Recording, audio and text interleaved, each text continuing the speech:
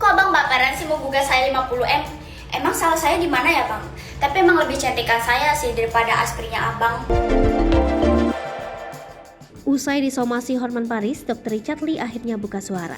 Nama Hotman Paris tak hentinya menjadi sorotan publik setelah perseteruannya dengan pengacara Rasma Nasution. Kini, Hotman Paris melayangkan somasi terbuka kepada Dr. Richard Lee dan selebgram Kenzie Millan. Pasalnya, Hotman Paris merasa tersinggung dengan perkataan Kenzie Millan dalam video iklan skincare atau produk kecantikan milik Dr. Richard Lee. Diketahui dalam video tersebut, selebgram Kenzie Millan awalnya menyinggung nama Hotman Paris. Dilansir dari tribunseleb.com, Kenzie Millan menyebutkan jika Hotman Paris dekat dengan banyak wanita dan sosoknya sebagai sasimo. Tak lama setelah somasi tersebut diposting melalui Instagram pribadi Hotman Paris, Dr. Richard Lee pun memberikan tanggapannya. Melalui postingan Instastory, Dr. Richard Lee mengatakan belum bisa bicara panjang lebar mengenai somasi Hotman Paris tersebut. Dr. Richard Lee pun mengatakan jika dirinya ingin menyelesaikan permasalahan ini secara kekeluargaan.